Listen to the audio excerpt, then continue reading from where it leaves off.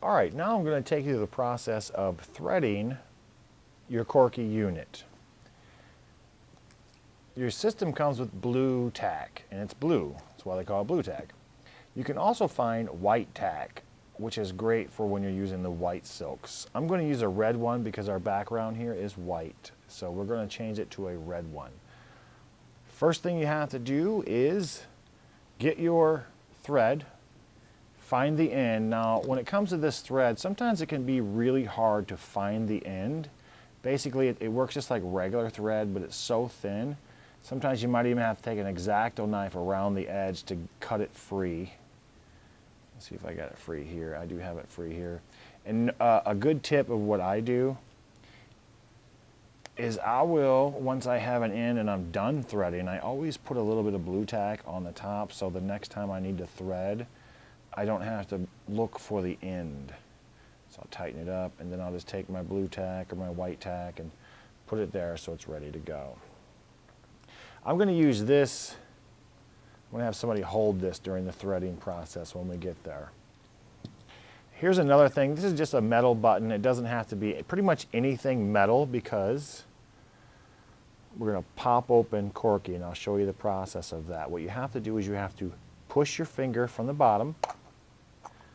The lid comes off. Set the lid to the side. Push all the way up to remove the unit from the corky shell is what we'll call it. We're going to identify a little bit of the parts on corky first.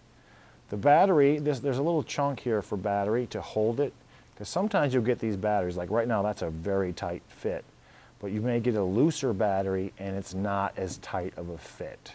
So it's just designed so when newer batteries come out with higher capacity that it'll still fit inside. This is a brand new already charged battery. This unit here, this little button here is the only button you have to worry about. You turn that button on, and when you do, it's kind of hard to see here, but a green light lights up. That indicates that it's ready to play back a program, or it's ready for live action with the remote. So I put this metal thing here for this reason. The motor pod itself, and we'll talk about this while we're here, this is removable. You actually get two of these motor pods, so you can have one threaded and ready to go during your performance in case you get a break or something of that nature, and you can easily rethread it. When you plug this in, you have to make sure the red wire lines up with the red wire. If not, the motor will not run at all because they'll be getting no connection. Push it in kind of tight. There you go. My unit is on. Now I'm going to turn the corky transmitter, or remote as we'll call it. I'll turn it on. I know it's on because it's the green light flipping or blinking. If the red light had been blinking, then I would have wanted to turn it to there. All right, so now this is how we're going to program. I mean, not program, but thread. Right now I'm going to check the speed, and this is how I check the speed. If I go all the way up and I push the button, you hear nothing. If I slowly turn it down with my thumb, the motor will hear. The motor will go up, and the further I pull this down, the louder it gets. Okay, we're going to turn it up to just so it's slightly moving for the threading process. There's magnets built on here just for this particular purpose, so that I can stick it there and keep it in place while I'm threading. So now what I'm going to do is I am going to remove some thread. Now this is going to be very, very hard to see because it's invisible thread, and that's the whole purpose of invisible thread. There's a couple ways you can do this. I'll show you the easy way. We're going to get my little helping hand here to hold it just like that. What I do, if you're familiar with tying a slip knot, tie a slip knot at this point and then put it on there, pull it tight, trim off the excess. So what I do in this situation for ease of learning, if I flip this or go around it a couple times, it's very hard to see this, but after a while you'll get it right.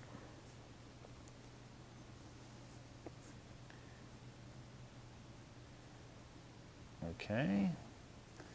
Not sure how good I got that on there. I'm not sure if I do. Yes, I do. Now what I'm going to do is I'm going to turn the speed up just slowly.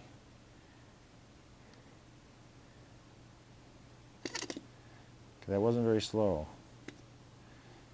Just slow enough so I can put some thread on here. Now don't overfill this. If you overfill it, you will get tangles. I just put just enough to cover the whiteness of the spool. Basically, no more than 10 to 15 feet of thread should be on there because there's really no reason to have that much on there. So at this point, I break the thread.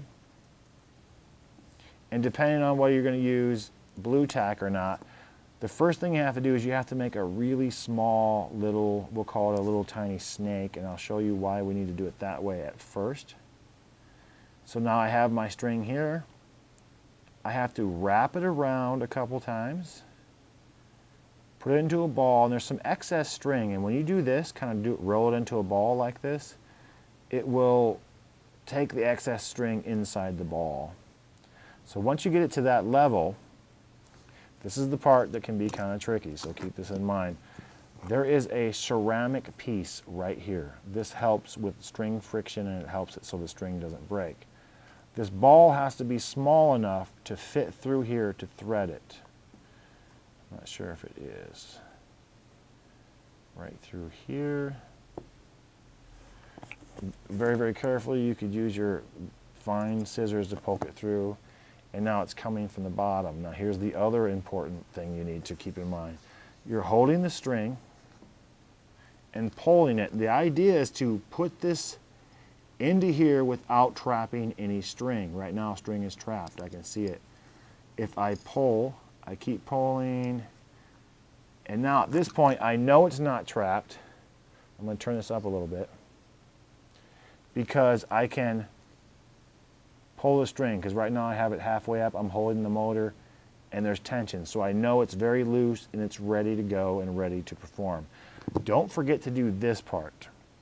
You might accidentally push this button and this is just going to go right back up through and you have to re-thread it. So what I do after I get it threaded is I put some more blue tack, or white tack in this case. So like if I turned it down low and it was to go, it can't go in the hole. So there's no, you won't have to worry about having to re-thread it. All right, so now what I'm going to do is I'm going to put it back together, and you have to do this in the right sequence or it can be a little frustrating. So keep this in mind. First thing I do is I take my battery and I put it right here. And then, being very careful not to trap any string, I put the ball through corky like this. You can see it come out the bottom. Another important thing is this needs to be completely flush. So what I do is I push from the top of the motor like this and get that as flush as it can possibly go. All right, there's another thing I want to point out real quick. There are two buttons on corky. They're very, very small. They're just for this purpose, to make sure nothing's tangled. If I push and hold that button, it gives me a little bit of tension so I know that there's no clog. And the really good reason for this is if someone is in the audience controlling this, you may be backstage and you need a situation where, oh my God, I'm kind of tangled, I have to fix this. That's what that button's for, so that you know that everything is smooth. And usually in storing, I push it like this. Make sure all these wires are down and around. Pop your cork on, and that's how you thread corky. All right, once you have it threaded, you're going to have to tie your silk on.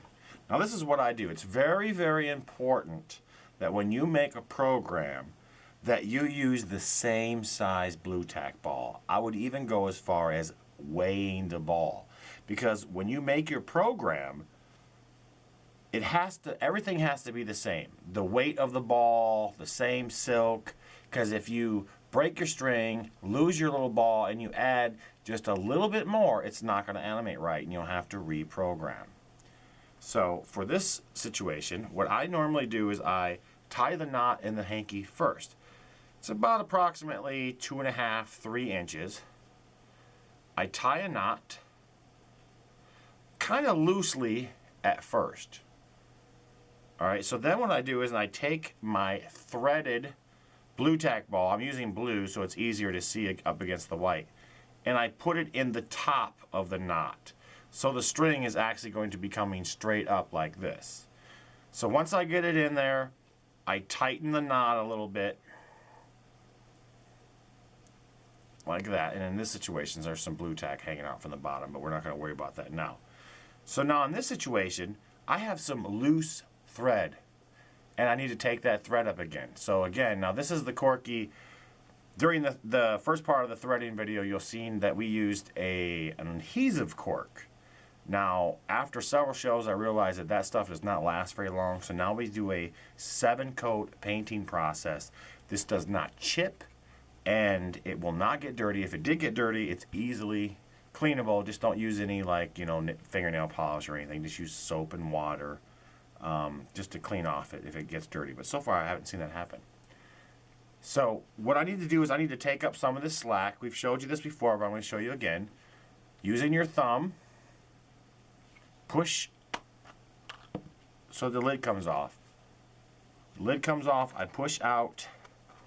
And what I'm trying to do is I'm trying to find which one of these two buttons actually activates the motor.